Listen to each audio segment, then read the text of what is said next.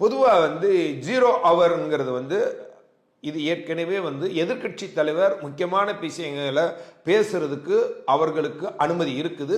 இது மரபு சட்டமும் கூட. ஆனால் இந்த சபாநாயகர் வந்து அவர் சபாநாயகர் இல்லை, திமுகவினுடைய செய்தி தொடர்பாளர். அந்த செய்தி தொடர்பாளர் வந்து எப்போதுமே திமுக காரங்க பேசுறதுக்கு தான் அனுமதிப்பாங்க. நியாயமான விமர்சனமா சார் இது? அவர் செய்தி தொடர்பாளர் இருந்தவர் தான் மேடம். அவர் வந்து செய்தி தொடர்பாளராக இருந்தவர். என்னை போன்றவர் கூட நேரடியாக விவாதத்தில் கலந்து பொய்க்கிலேயே பேசக்கூடியவர். உண்மையே அவர் வாயிலிருந்து வராது.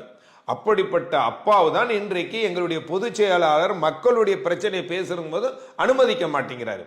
ஏன்னா பேசுனா இந்த அரசாங்கத்தினுடைய பொய்கள் பித்தலாட்டம் எல்லாமே மக்களுக்கு தெரிய வரும். அதனால தான் இது இன்னும் எதிர்கட்சி தலைவர் மட்டும் இல்லை மேடம், கவர்னரை பேசுறதுக்கு அனுமதிக்க மாட்டேங்கிறாங்களே. ஆளுநர் மாளிகையும் கண்டனம் தெரிவிச்சிருந்தாங்க சார். அதுதான், அப்படிப்பட்ட ஒரு அதிகாரம் படைத்த கவர்னரையே ஏளனம் பேசுறது, எகத்தாளம் விடுறது, பேச விடாம தடுக்கிறது, அவர் பேசுனா வந்து மைக்கை கட் பண்றது. எங்களுடைய பொதுச் செயலாளரான எடப்பாடியார் கடந்த 4 வருடமாக மக்களுடைய பிரச்சனைகளை சட்டமன்றத்தில் பேசிக்கிட்டே வர்றார். ஆனால் அந்த பிரச்சனைகள், பேசக்கூடிய பிரச்சனைகள் எல்லாம் வெளியே வருவதில்லை. காரணம், வெளியே வந்தால் இந்த அரசாங்கத்துக்கு மிகப்பெரிய ஆபத்து என்பதனால அவர் பேசியதை முழுமையாக கட் பண்ணிடுறாங்க.